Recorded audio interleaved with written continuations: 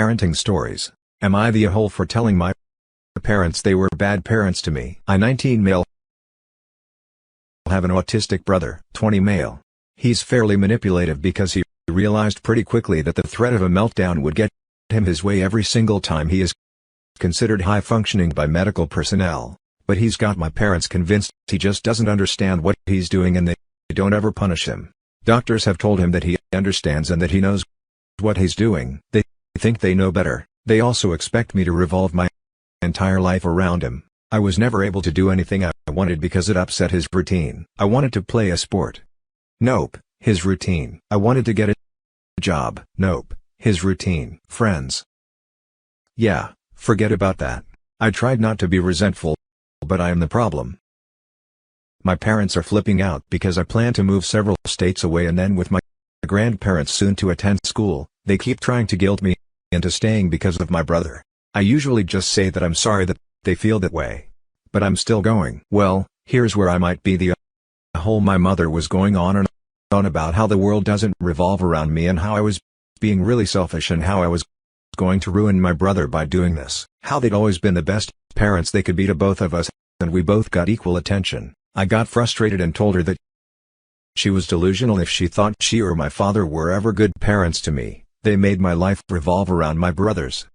I had nothing of my own. He had to be the center of everything I said. He wasn't the center of the universe even though she tried to make him it. So I told her that the only people who were selfish were her and my father because they actively ignored me in favor of babying my brother who played them like a fiddle to make sure he always got his way. I told her that his routine was not my problem, that it was up to them to make the appropriate adjustments, and asked if she really thought I'd just not live my life because of him. She started crying and I walked off and shut myself in my room. My father is demanding an apology for what I said, but I'm refusing. My grandpa said he's proud that I stood up for myself, but my parents are still demanding an apology for being an a-hole. I don't think I need to give them one. Am I the a-hole here now? For the top judgment, not the a-hole. High five, virtual applause and standing ovation. I was literally fist pumping. Reading what she told your mom. Good for you. There is nothing to apologize for. You told her the truth. Absolutely nothing to apologize for. You're a teenager. You deserve to do teenager things like play sports or get a job and especially hang out with friends. You deserve your own life and to try new things.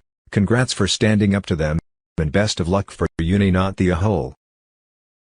Your parents are abusing you.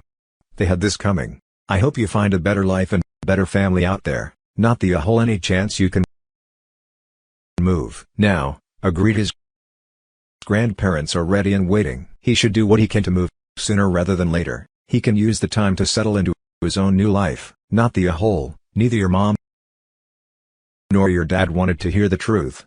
They know you are right and want you to apologize for their mistreatment of you. As you said, they never wanted to listen to anyone who told them other than what they wanted to hear.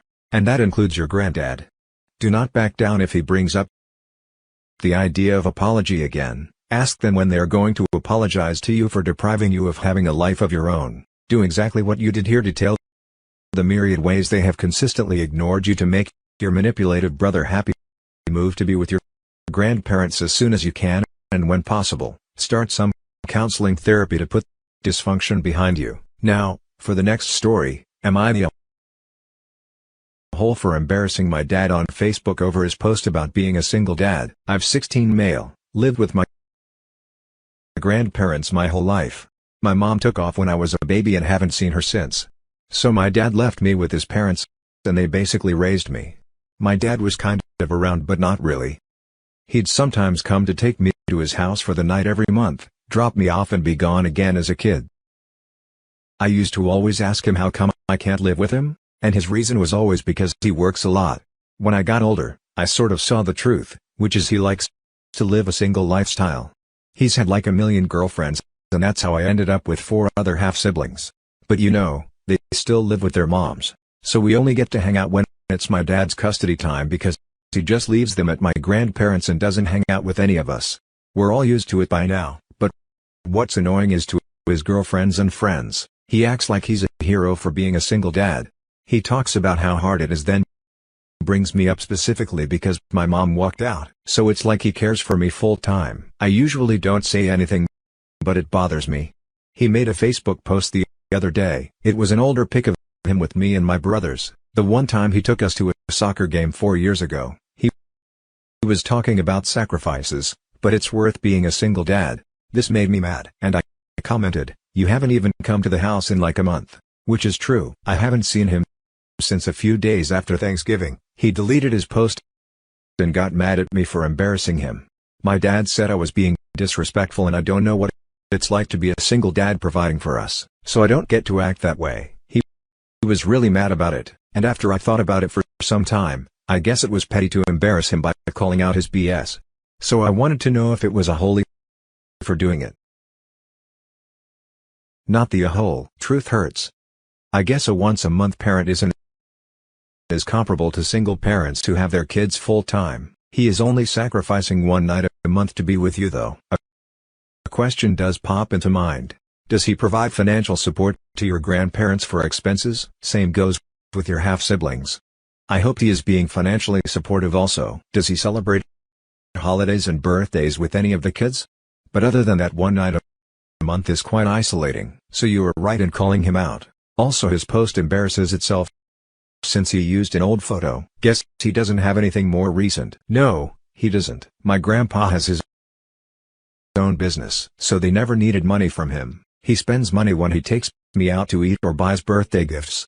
I don't know about my half-brother's holidays. Not really, but usually he just come by on birthdays. Yeah, so it is not a sacrifice since he is not working to help with expenses. It is when convenient for him.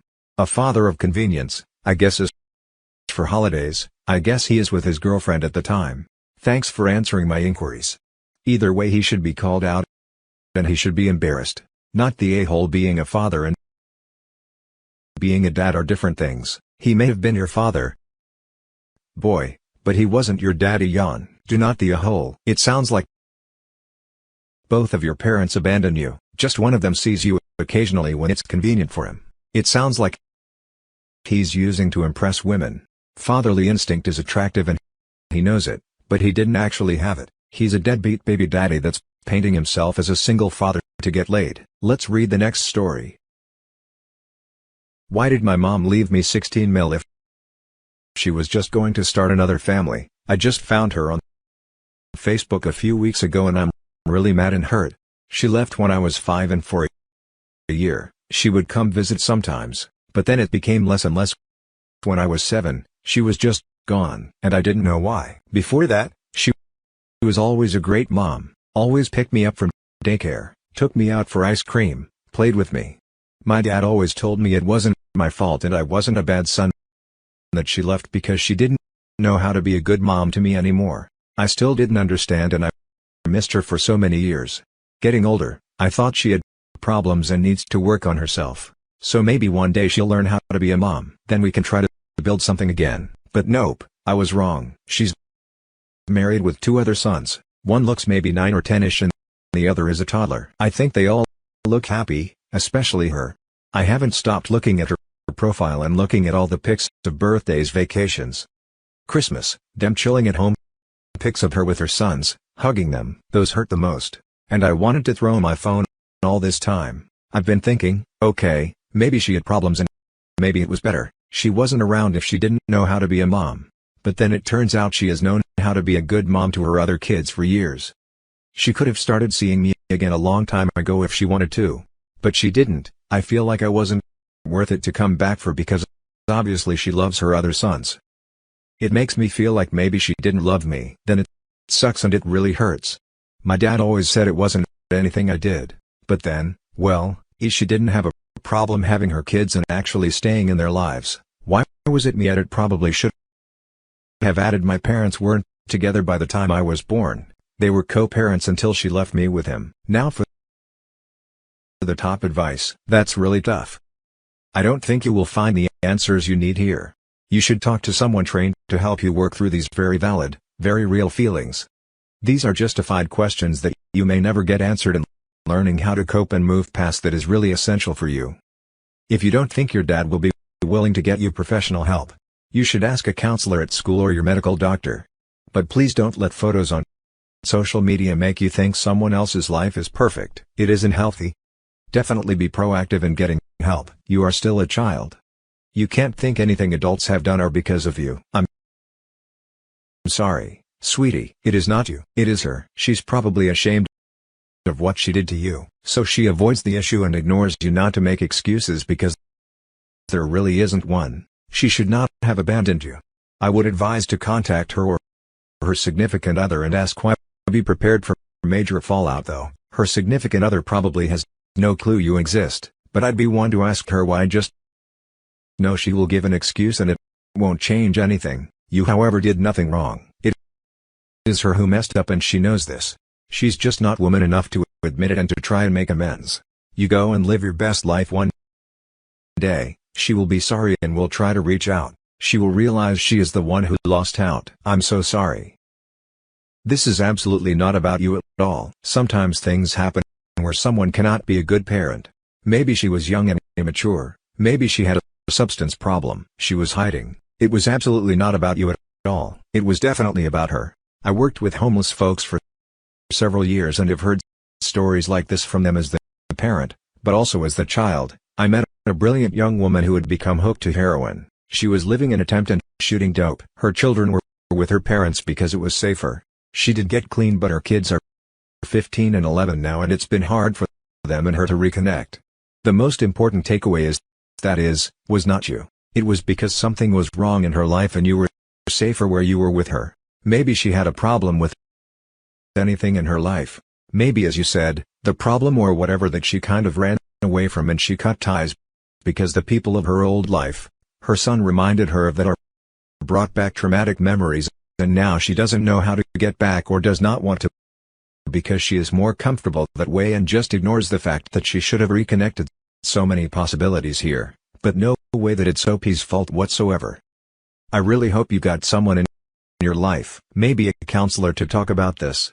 Now, for the last story. Am I the asshole for telling my mother? I think she made me sick constantly as a child in front of my children. When I was a child, I was often sick. I rarely had a fever, so my mother would send me to school. I would have horrible diarrhea and headaches and get sent to the nurse, then get sent home. Because even though I didn't have a fever, I was clearly ill. I'd get in trouble for lying to the school nurse, get grounded. And then a couple weeks later, it would happen again. In middle school, we were taught about food safety in school, and I finally realized that I was consistently being affected by food poisoning. My mother would cook dinner, leave it out all night and put everything away in the morning while packing it for my lunch. This meant my portion also sat in my school bag all day. My parents would forget milk on the counter for hours, forget perishable groceries in the car for days, but then say it's autumn so it's fine. Just toss it in the fridge. Condiments that were to be refrigerated after opening were just put in the cupboard, etc. By the end of middle school, I had stopped eating food from home, and magically, all of my digestive problems went away on a diet of early 2000s cafeteria garbage. It didn't seem to bother my parents, but I came to the conclusion that the food was making me. I had tried to talk about it once. I was confronted by my mother and was told because my brother never had the same problems that I claimed, so obviously I was trying to hide an eating disorder. It was such a slap in the face that it was the fight that made me move out while still in high school yesterday. My kids and I, now 31, were dropping off her groceries and she was heating up some lunch and offered to share if the kids were hungry. They were super excited because they are small and we had never eaten at Grandma's before. I declined and said we were picking up lunch right after. She kept pushing, saying things like don't spend money when you can get fed for free, let her spoil her grandbabies, etc. And eventually I had to have the conversation again. I tried to be gentle, but I know she does not follow any food safety guidelines and I know nothing has changed from when I lived here. I said that it is my responsibility to only feed things to my children that I am absolutely sure are safe. It never rose to the level of raised voices, but we still left with her in tears. My children feeling guilty that they hurt Grandma's feelings. And my family saying I'm cruel. I might be the a-hole because she is claiming I ruined the fundamental trust the kids have in their grandma. As a child, my doctor said I was fine, as in, I didn't have a food allergy, etc. And so me ruining this trust now is forcing my personal conspiracies on my children. I am being told that is spite and I am holding on to too much resentment instead of getting over it. I am not willing to reconsider my personal stance, but I want to make sure I am not being cruel or spiteful. This forum helped me last time I was in a morally confusing situation, so I am ready to accept judgment again. Thank you for your time. Now for the top judgment, not the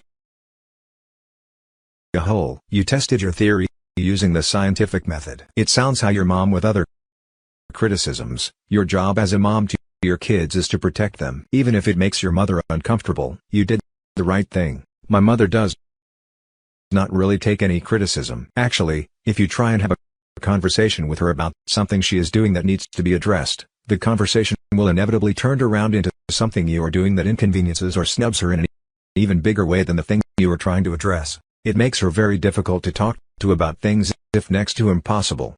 So generally I keep our conversation superficial and short. Not the whole at all. Please keep your children away from your mother's disgusting and unsanitary food practices. You weren't diagnosed at the doctor because they were testing for allergies. There is no way to test for food poison unless you are testing the food. It is basically common knowledge that they teach in school. Not a conspiracy that the way your mother treats and stores food is unsafe and can cause people serious illness. Some people are more susceptible than it to others, but it is dangerous for anyone. You're not overreacting. Please don't let your children be exposed to the same thing that you were as a child. No child should have to go through that, especially with gaslighting from their mother. You didn't ruin a fundamental trust the kids have in their grandma. She did by trying to feed them food that would make them sick. You're in the clear. Please don't feel guilty. Keep protecting your children so that they don't go through the same thing that you did not. The a-hole, food poisoning can kill people, and the young, elderly and infirmed are at a higher risk. Your mother's food safety habits are atrocious. I can only imagine what Gordon Ramsay would have to say to her. I have a couple of pieces of bread if you need them for a Ramsay special. Okay. But no joke, Kitchen Nightmares came out the year I moved out. I remember sitting on a pile of blankets, eating a cup noodle on the floor of my empty studio and binging the show on my school laptop and just reminding myself I wasn't insane. So please know that this comment was really important to me, and that's it for this video, guys. If you have thoughts to share, leave a comment below. Don't forget to hit like and subscribe. If you like this content, I'll catch you in the next one. Good day, everyone.